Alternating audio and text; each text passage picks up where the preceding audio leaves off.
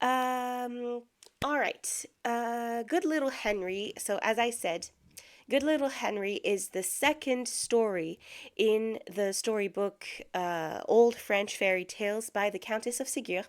That's not actually the correct name, well, the correct translation, because the actual book, the original name, was Les Nouveaux Contes de Fées, which would mean the new fairy tales, because they're all original stories by the Countess of Segur, which she wrote for her children and grandchildren. And so Good Little Henry is the second story of that book. Um, as you guys may know, the Countess of Segur was not exactly a pagan. she was a uh, she was a Christian, and she had pretty strong Christian beliefs. She was actually pretty progressive for her time in some areas, but she definitely upheld Christian traditions and Christian values, which are found in her fairy tales. Obviously, she wanted to pass those values on to her children and grandchildren.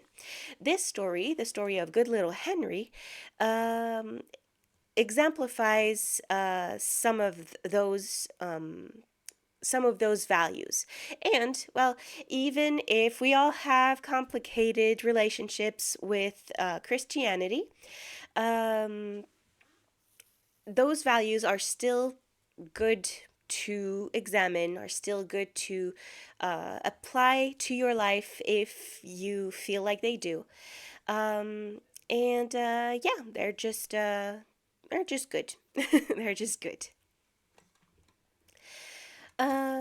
So let's get started reading Good Little Henry.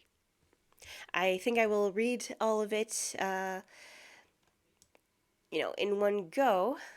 And if there is, if you guys have any comments, or if you want to add anything, you can write them in the comments, and I will examine those between each chapter.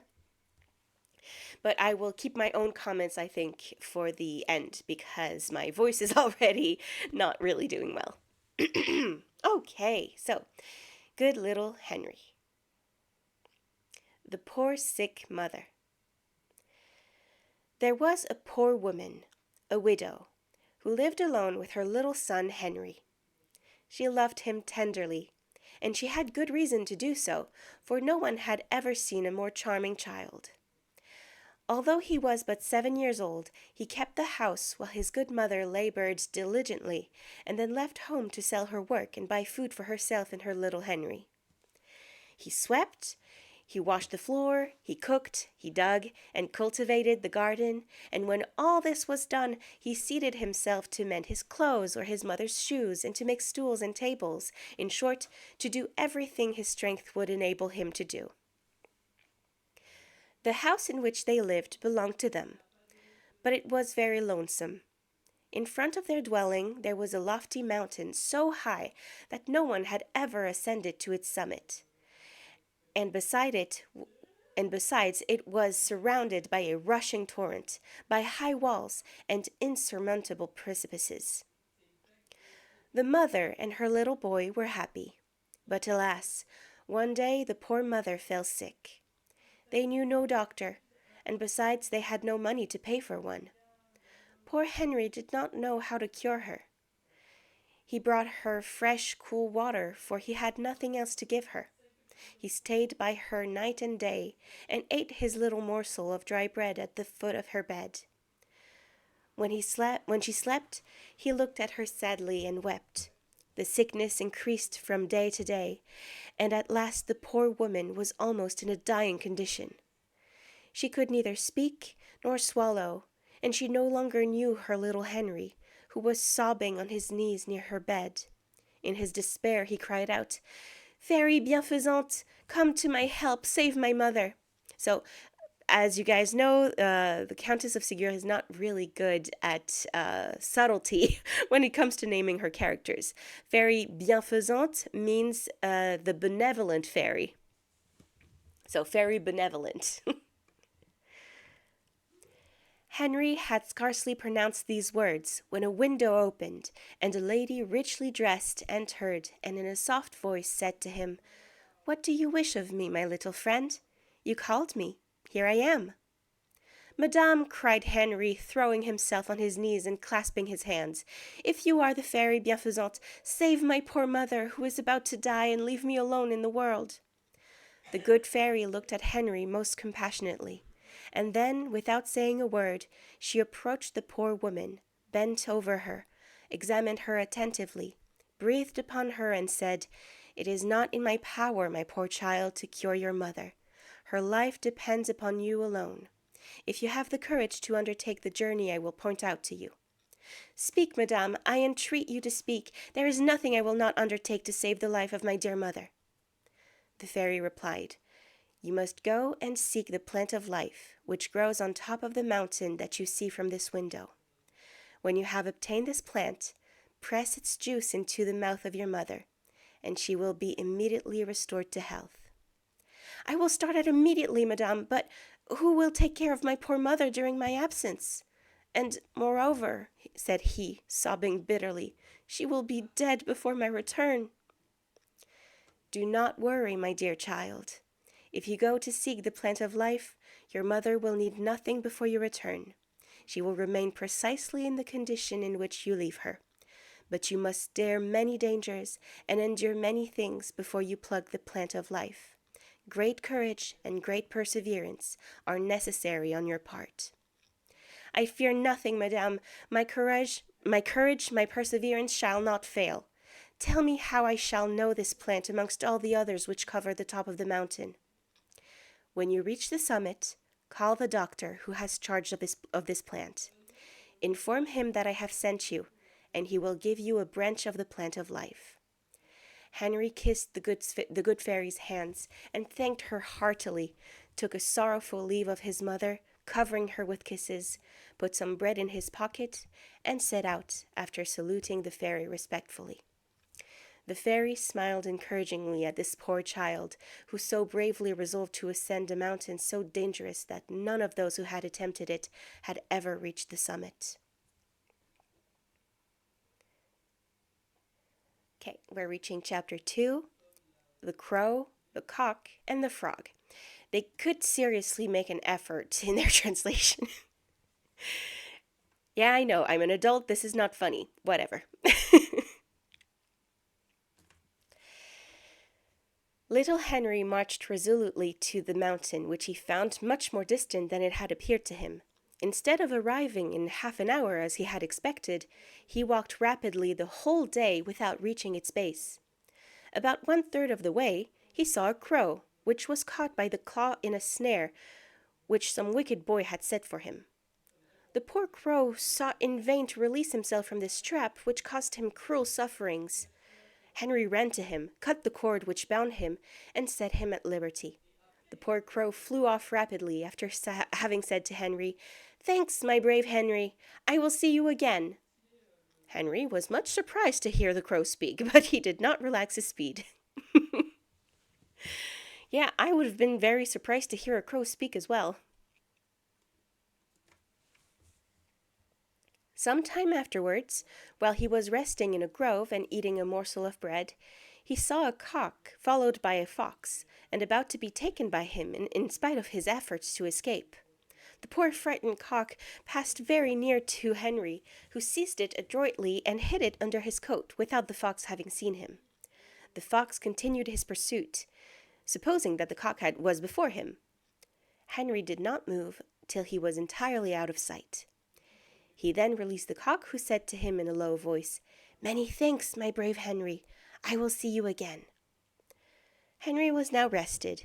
He rose and continued his journey. When he had advanced a considerable distance, he saw a poor frog about to be devoured by a serpent. The frog trembled and, paralyzed by fear, could not move. The serpent advanced rapidly, its horrid mouth open. Henry seized a large stone and threw it so adroitly that it entered the serpent's throat the moment it was about to devour the frog. The frightened frog leaped into a distance and cried out, "Many thanks, brave Henry. We will meet again." Henry, who had before heard the crow and the cock speak, was not now astonished at these words of the frog, and continued to walk on rapidly. Well, in the world where you can summon fairies by calling them, I suppose it's not that surprising to hear animals speak, really. A short time after, he arrived at the foot of the mountain, but he was greatly distressed to see that a large and deep river ran at its foot, so wide that the other side could scarcely be seen. Greatly at a loss, he paused to reflect. "Perhaps," said he hopefully, "I may find a bridge, or ford, or a boat." Henry followed the course of the river, which flowed entirely around the mountain, but everywhere it was equally wide and deep, and he saw neither bridge nor boat. Poor Henry seated himself on the bank of the river, weeping bitterly. Fairy bienfaisante, come to my help," he exclaimed. "Of what use will it be to me to know that there is a plant at the top of the mountain which will save the life of my poor mother, if I can never reach its summit?" At this moment, the cock whom he had protected from the fox appeared on the borders of the river, and said to him, "The fairy bienfaisante can do nothing for you. This mountain is beyond her control. But you have saved my life, and I wish to prove my gratitude. Mount my back, Henry, and by the faith of a cock, I will take you to safe onto the other side." I'm an adult, this is not funny.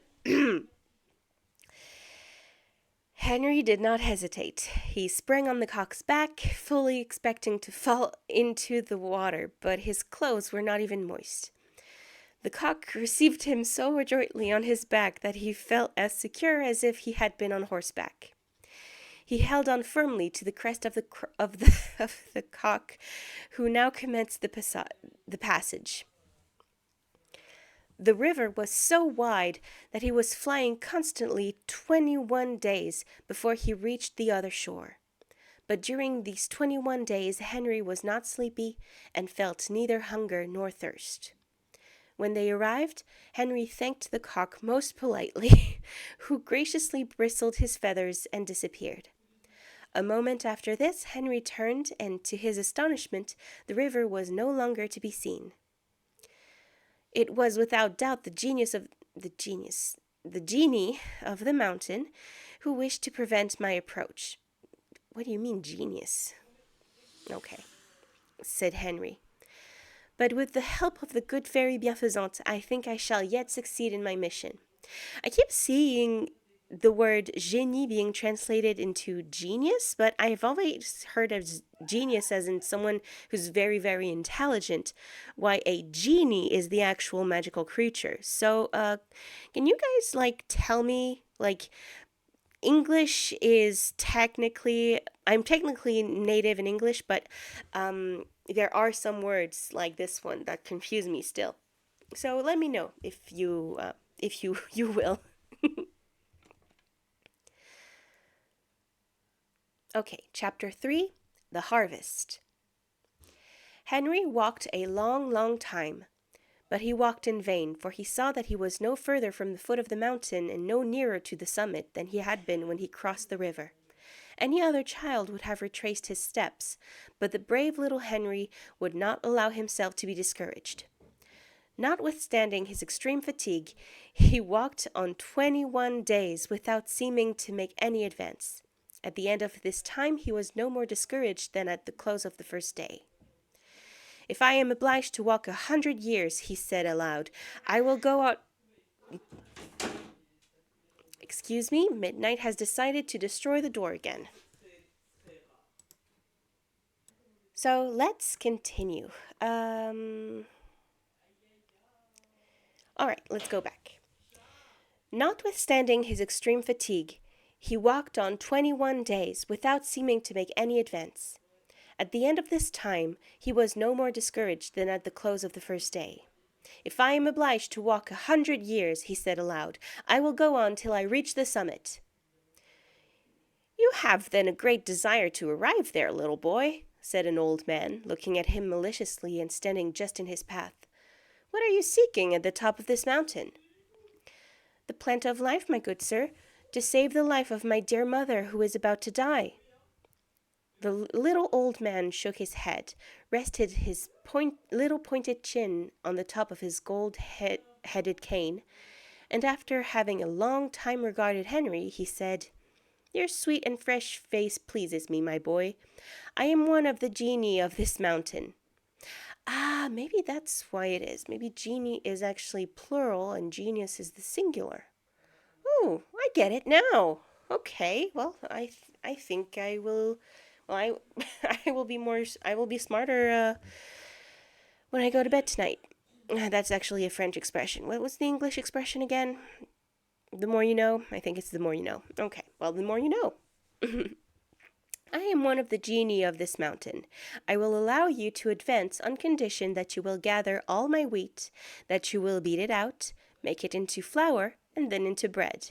When you have gathered, beaten, ground, and cooked it, then call me.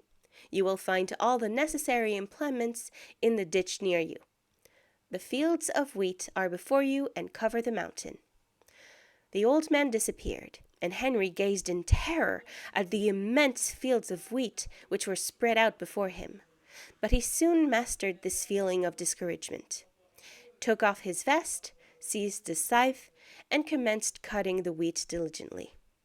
This occupied him 195 days and nights. When the wheat was all cut, Henry commenced to beat it with a flail, which he found at hand. This occupied him 60 days. When the grain was all beaten out, he began to grind it in a mill which rose up suddenly near him. This occupied him 70 days. When the wheat was all ground, he began to knead it and to cook it. He kneaded and cooked for 120 days. As the bread was cooked, he arranged it properly on shelves, like books in a library. When all was finished, Henry was transported with joy, and called the genius of the mountain, who appeared immediately, and counted 468,329 new loaves of bread. He bit and ate a little end off 2 or 3, drew near to Henry, tapped him on the cheek, and said, "You are a good boy, and I wish to pay you for your work." He drew from his pocket a little wooden box, which he gave to Henry, and said maliciously, "When you return home, open this box, and you will find in it the most delicious tobacco you have ever seen." Now Henry had never used tobacco, and the present of the little genius seemed to him very useless, but he was too polite to let this be seen, and he thanked the old man as if satisfied. The old one smiled, then burst out laughing and disappeared.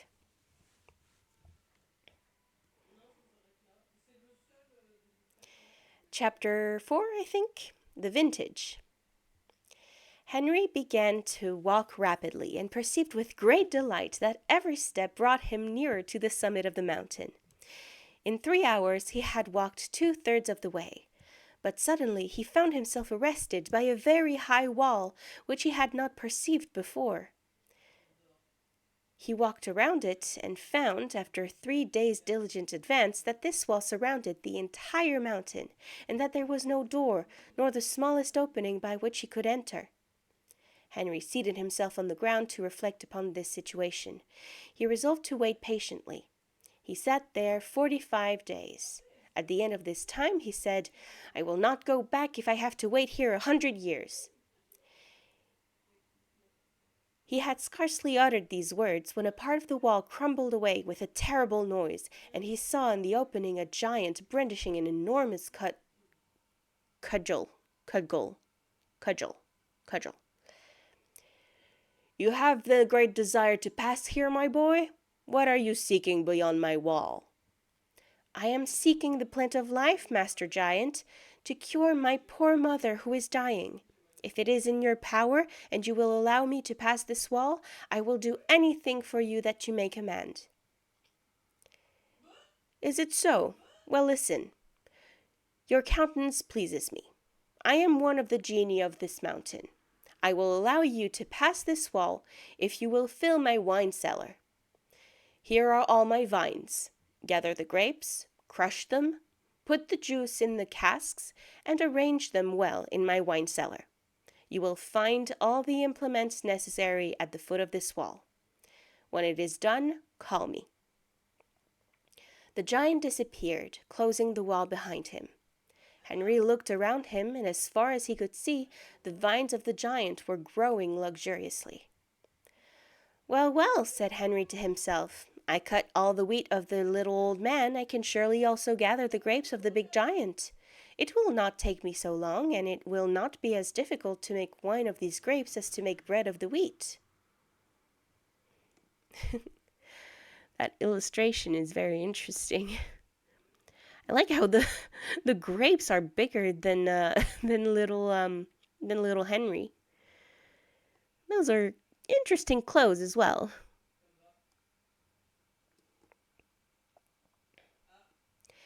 Henry took off his coat, picked up a pruning knife, which he saw at his feet, and began to cut the grapes and throw them into the vats. It took him 30 days to gather this crop. When all was finished, he crushed the grapes, poured the juice into the casks, and arranged them in the cellar, which they completely filled. He was 90 days making the wine. When the wine was ready and everything in the cellar in complete order, Henry called the giant, who immediately appeared, examined the casks, tasted the wine. Well, I'm sorry, at this point it's more grape juice than wine. I don't think you can make wine in, 90 days? Yeah, that's 3 months. Can you make wine in 3 months? I'm not sure. Anyway, then turned towards Henry and said, "You are a brave little man, and I wish to pay you for your trouble. It shall not be said that you worked gratis for the giant of the mountain." You can say gratis in English? I thought it was only in French. Oh well. He drew a thistle from his pocket, gave it to Henry, and said, "After your return home, whenever you desire anything, smell this thistle." Henry did not think the giant very generous, but he received the thistle with an amiable smile. Amiable. Is that how you pronounce it? Amiable? I hope it is. Then the giant whistled so loudly that the mountain trembled, and the wall and giant disappeared entirely, and Henry was enabled to continue his journey. Chapter 5: The Chase. Henry was within a half-hour's walk of the summit of the mountain when he reached a pit so wide that he could not possibly jump to the other side, and so deep that it seemed bottomless. Henry did not lose courage, however. He followed the borders of the pit till he found himself where he started from, and knew that this yawning pit surrounded the mountain. "Alas, what shall I do?" said poor Henry. "I scarcely overcome one obstacle when another more difficult seems to rise up before me. How shall I ever pass this pit?" The poor child felt for the first time that his eyes were filled with tears. He looked around for some means of passing over, but saw no possible chance, and seated himself sadly on the brink of the precipice. Suddenly, he heard a terrible growl. He turned, and saw within 10 steps of him an enormous wolf gazing at him with flaming eyes. "What are you seeking in my kingdom?" said the wolf in a threatening voice. "Master Wolf, I am seeking the plant of life, which alone can save my dear mother, who is about to die. If you will assist me to cross this pit, I will be your devoted servant, and will obey any command you may give me." "Well, my boy, if you will catch all the game which is in my forests, birds and beasts, and make them into pies and nice roasts, by the faith of the genius of the mountain, I will pass you over to the other side. You will find near this tree all the instruments necessary to catch the game and to cook it. When your work is done, call me." Yay, forest genocide. Oh well. Saying these words, he disappeared. Henry took courage. He lifted a bow and arrow, which he saw on the ground, and began to shoot at the partridges, woodcocks, pheasants, and game of all kinds which abounded here. There, sorry. But alas, he did not understand it and killed nothing. During 8 days he was shooting right and left in vain, and was at last worried and despairing, when he saw near him the crow whose life he had saved in the commencement of his journey. "You rescued me from mortal danger," said the crow, "and I told you I should see you again. I have come to redeem my promise. If you do not fulfill your promise to the wolf, he will change you into some terrible wild beast." Well, that was not in the original version. In the original version, he just said that he would eat him. Oh well. "Follow me. I am going a-hunting, and you have only to gather the game, and you only have to gather the game and cook it." Saying these words, the crow flew above the trees of the forest, and with his beak and his claws killed all the game to be found. In fact, during 150 days, he caught 1,860,726 animals and birds, squirrels, moorcocks, pheasants, and quails. As the crow killed them, Henry plucked their feathers, skinned them, cut them up, and cooked them in roasts or pies. When all was cooked, he arranged them neatly, and then the crow said to him, "Adieu, Henry. There remains one obstacle yet to overcome, but in that difficulty I cannot aid you. But do not be discouraged. The good fairies protect filial love." Before Henry had time to thank the crow, he had disappeared. He then called the wolf and said to him, "Master Wolf, here is all the game in your forest. I have prepared it as you ordered, and now will you assist me to pass this precipice?" The wolf examined a pheasant, crunched a roast squirrel and a pie, licked his lips, and said to Henry, "You are a brave and good boy. I will pay you for your trouble. It shall not be said that you have worked for the wolf of the mountain without receiving your reward." Saying these words, he gave Henry a staff, which he cut in the forest, and said to him, "When you have gathered the plant of life and wish yourself transported to any part of the world, mount the stick, and it will be your horse." Henry was on the point of throwing this useless stick into the woods, but he wished to be polite, and received it smilingly. He thanked the wolf cordially. "Get on my back, Henry," said the wolf. Henry sprang upon the wolf's back, and he made a bound so prodigious that they landed immediately on the other side of the precipice. Henry dismounted, thanked the wolf, and walked on vigorously. Chapter, 6? 7? 6, I think. The fishing.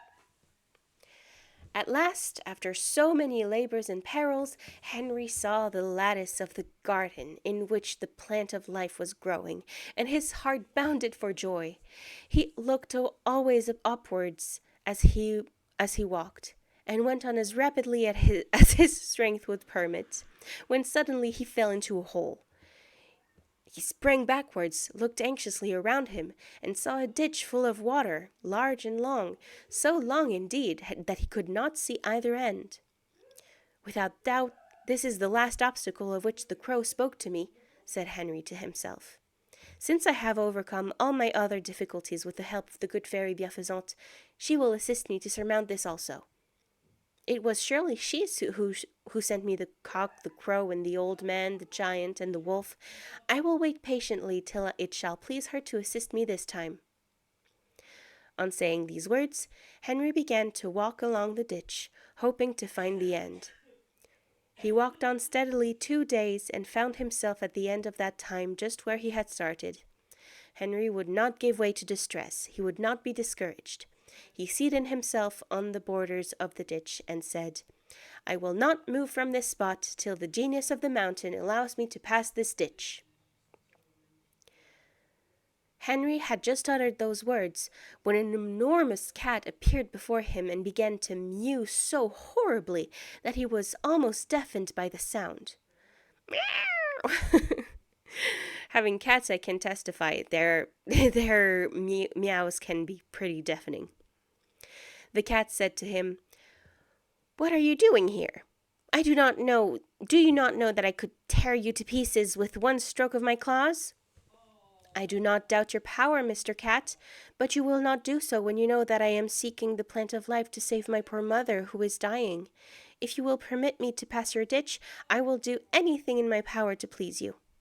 "Will you?" said the cat. "Well then, listen. Your countenance pleases me. If therefore you will catch all the fish in this ditch, and salt and cook them, I will pass you over to the other side on the fate of a cat." Henry advanced some steps and saw lines, fish hooks, bait, and nets on the ground. He took a net and hoped that by one vigorous haul he would take many fish, and that he would succeed much better than with a line and hook. He threw the net and drew it in with great caution, but alas, he had caught nothing. Disappointed, Henry thought he had not been adroit. He threw the net again and drew it very softly. Still nothing. Henry was patient. For 10 days he tried faithfully without having caught a single fish. Then he gave up the net and tried the hook and line. He waited an hour, 2 hours. Not a single fish bit at the bait. He moved from place to place till he had gone entirely around the ditch. He tried diligently 15 days and caught not a single fish. He knew not what to do. He thought of the good fairy bienfaisante who had abandoned him at the end of his undertaking. He seated himself sadly and gazed intently at the ditch, when suddenly the water began to boil, and he saw the head of a frog appear. "Henry," said the frog, "you saved my life. I wish now to save yours in return. If you do not execute the orders of the cat of the mountain, he will eat you for his breakfast. You cannot catch the fish because the water is so deep and they take refuge at the bottom. But allow me to act for you. Light your fire for cooking and prepare your vessels for salting. I will bring you the fish." Saying these words, the frog plunged back into the water. Henry saw that the waves were agitated and boiling up as if a grand contest was going on at the bottom of the ditch. In a moment, however, the frog reappeared, sprang ashore, and deposited a superb salmon which he had caught. Henry had scarcely time to seize the salmon when the frog leapt ashore with a carp. During 60 days, the frog continued his labors. Henry cooked the large fish and threw the little ones into casks to be salted. Finally, at the end of 2 months, the frog leaped towards Henry and said, "There is not now a single fish in the ditch. You can call the Count of the Mountain." Henry thanked the frog heartily, who extended his wet foot towards him in sign of friendship. Henry pressed it affectionately and gratefully, and the frog disappeared. It took Henry 15 days to arrange properly all the large fish he had cooked and all the casks of small fish he had salted. He then called the cat, who appeared immediately. "Mr. Cat," said Henry, "here are all your fish cooked and salted. Will you now keep your promise and pass me over to the other side?" The cat examined the fish and the casks, tasted a salted and a cooked fish, licked his lips, smiled, and said to Henry, "You are a brave boy. I will recompense your fortitude and patience. It shall never be said that the Count of the Mountain does not pay his servants." Saying these words, the cat tore off one of his own claws and said, handing it to Henry, "When you are sick or feel yourself growing old, touch your forehead with this claw. Sickness, suffering, and old age will disappear.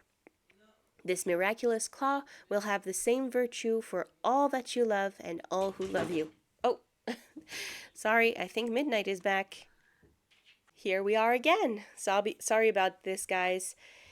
If you watched a few of my other videos, you know that midnight tends to interrupt a lot. Let's continue. This miraculous claw will have the same virtue for all that you love and all who love you. Henry thanked the cat most warmly, took the precious claw, and wished to try its power immediately, as he felt painfully weary.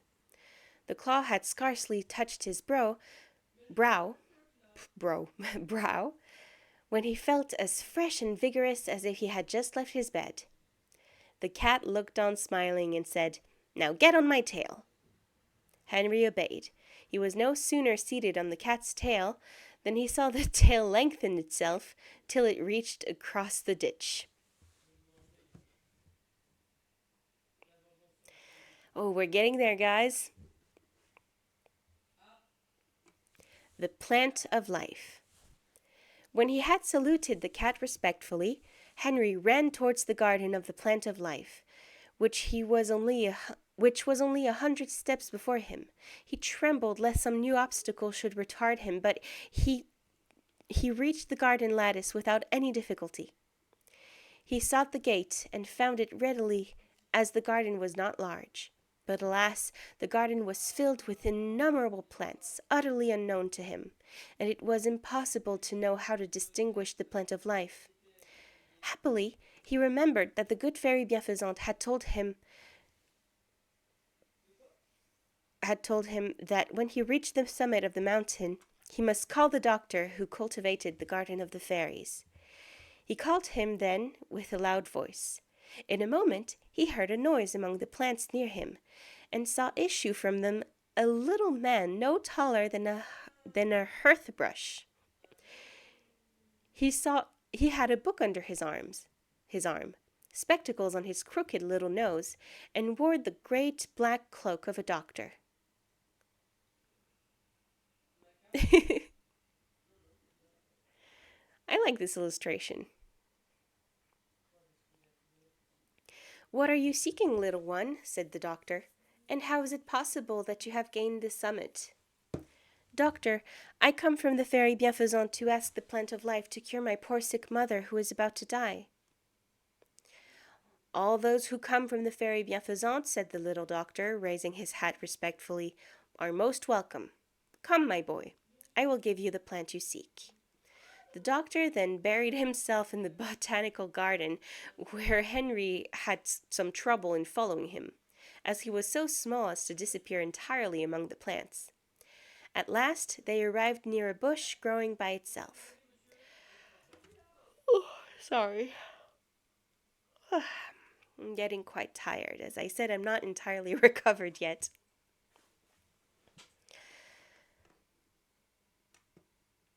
The doctor drew a little pruning knife from his pocket, cut a bunch, and gave it to Henry, saying, "Take this, and use it as the good fairy Bienfaisante directed, but do not allow it to leave your hands.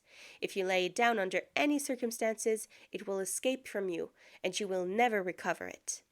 Henry was about to thank him, but the little man had disappeared in the midst of the medicinal herbs, and he found himself alone. "What shall I do now in order to arrive quickly at home? If I encounter on my return the same obstacles which met me as I came up the mountain, I shall perhaps lose my plant, my dear plant, which would restore my dear mother to life." Happily, Henry now remembered the stick which the wolf had given him. "Well, let us see," said he, "if this stick has really the power to carry me home." Saying this, he mounted the stick and wished himself at home. In the same moment, he felt himself raised in the air, through which he passed with the rapidity of lightning, and found himself almost instantly by his mother's bed. Oh my gosh, it's a magic broom! Sorry. Henry sprang to his mother and embraced her tenderly, but she neither saw nor heard him. He lost no time, but pressed the plant of life upon her lips. At the same moment she opened her eyes, threw her arms around Henry's neck, and exclaimed, "My child, my dear Henry, I have been very sick, but now I feel almost well. I'm hungry." Are you okay, Mitty? You okay, Mitty? Yeah? Okay.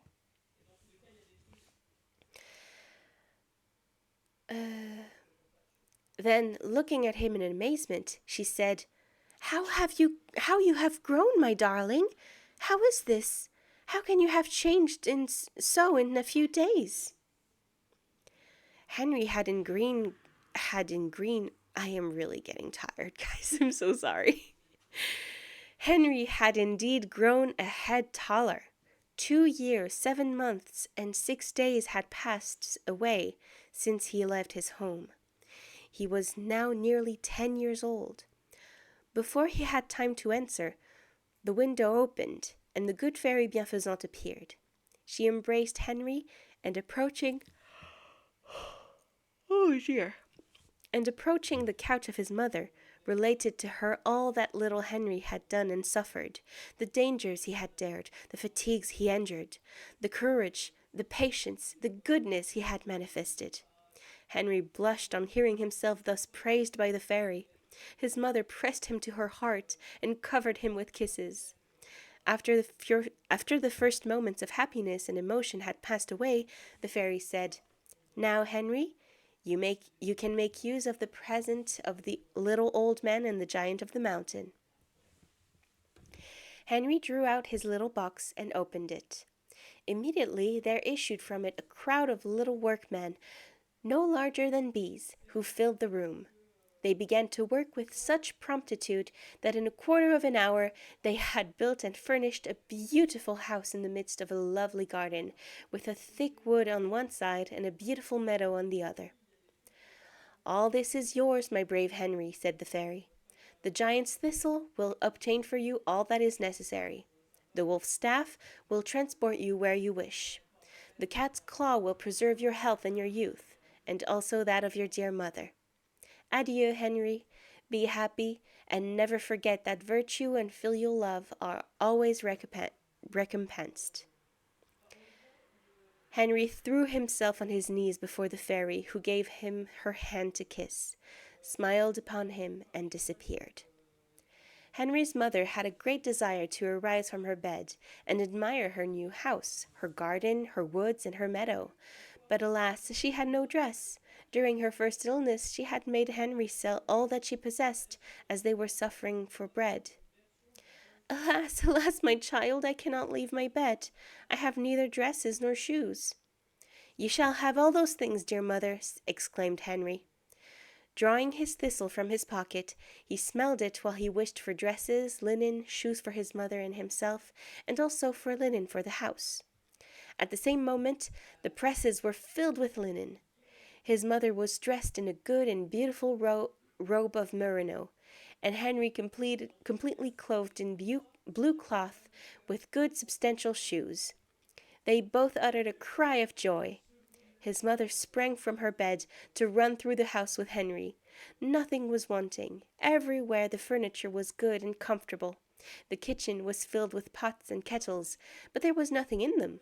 Henry again put his thistle to his nose and desired to have a good dinner served up.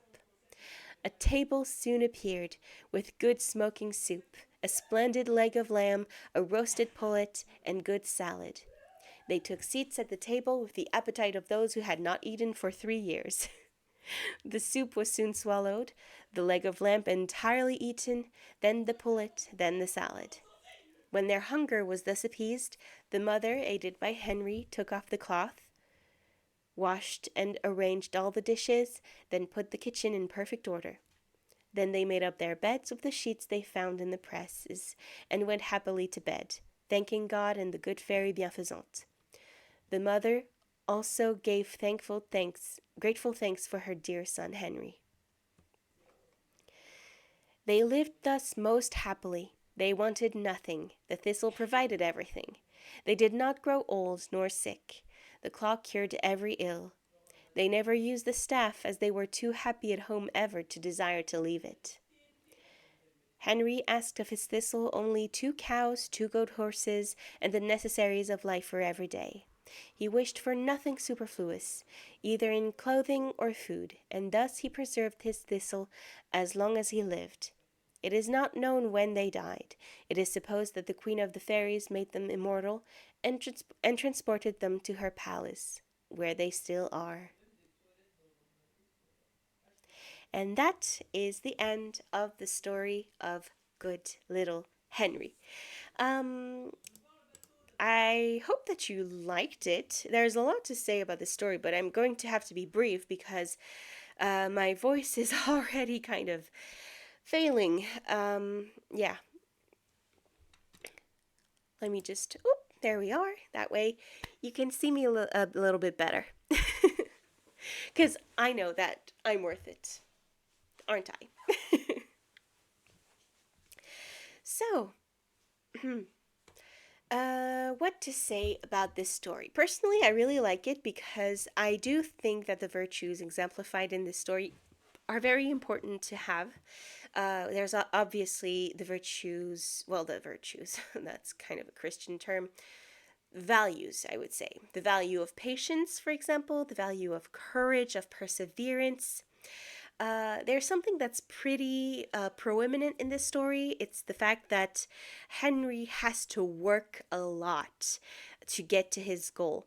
And that makes it a little bit, well, for me, really, a story about work and, well, here comes my here comes the politics. So careful, guys. If you please stay please stay polite if you want to comment on this. The To me, this is a story that kind of speaks about capitalism. So obviously, not intentionally. The Countess of Segur was a noble woman, and she never, I don't think she ever had real problems with money. She was notably very generous, and gave a lot to the poor. As she was a she was a devout Christian, and she considered that charity was very important. But she obviously didn't really think much about the system, capitalism, and stuff. I don't even think we can really. I'm not actually sure if we can talk about capitalism for that time period. Maybe we can. I'm not sure. Um,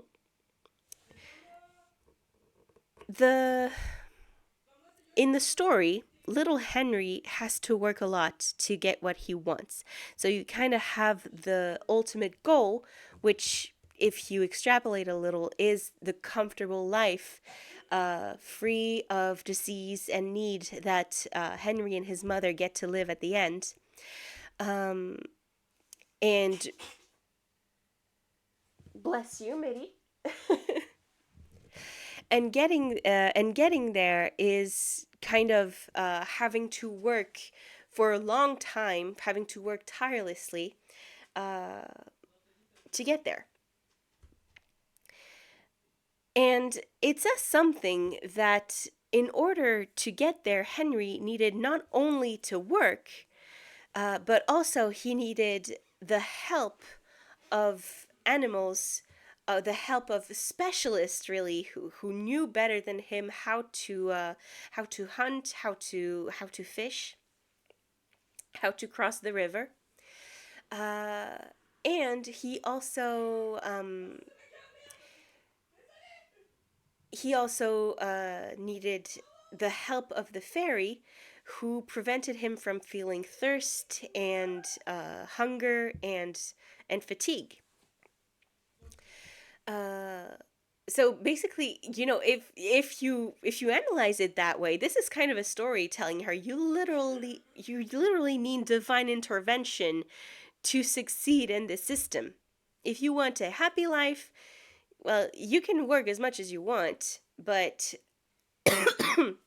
reaching the top of the mountain would have been impossible if he hadn't been helped by the fairy. Um, so yeah, that's kind of my interpretation of the tale.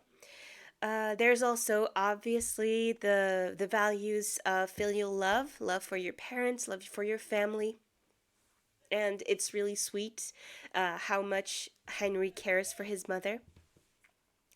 There's also the fact that Henry is very, very young at the beginning of the story, and at the end he's not even reached 10. Having to live through that at less than 10 years old is really extreme. You almost feel bad. You almost feel angry at the fairy for letting him go on such a dangerous adventure. But it is explained that the mountain is out of the fairy's jurisdiction, basically. So she cannot really do anything beside give him her blessing, so that he will not suffer from the journey. Um, But yeah, and it's one of those stories, where children have to do impossible things to reach their goal. There's this really beautiful quote that I like.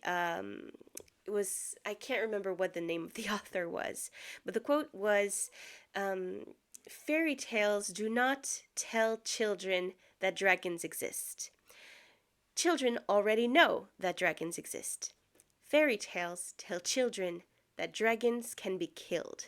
Stories like this, they let children know that even if things are very hard, even if things are very scary, they can be surmounted. They can be defeated.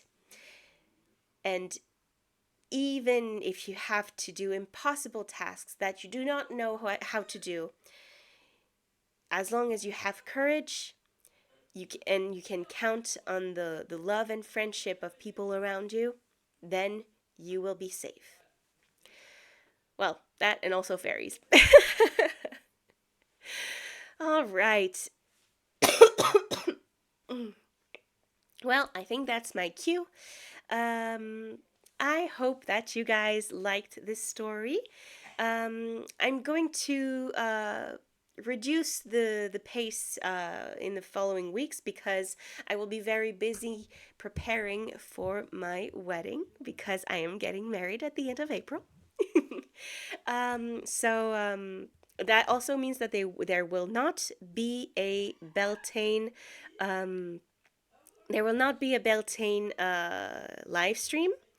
Uh, well, live stream for the 1st of May. um, but I will continue the live streams, and we're going to finish the storybook of old French fairy tales. And after that, we will go back to reading Ovid's Sweetheart by George Duvalier. So that's the program for now, and hopefully I will not get sick again. I really hope so. Okay, well, thank you for watching, guys, and I will see you next time. Bye bye.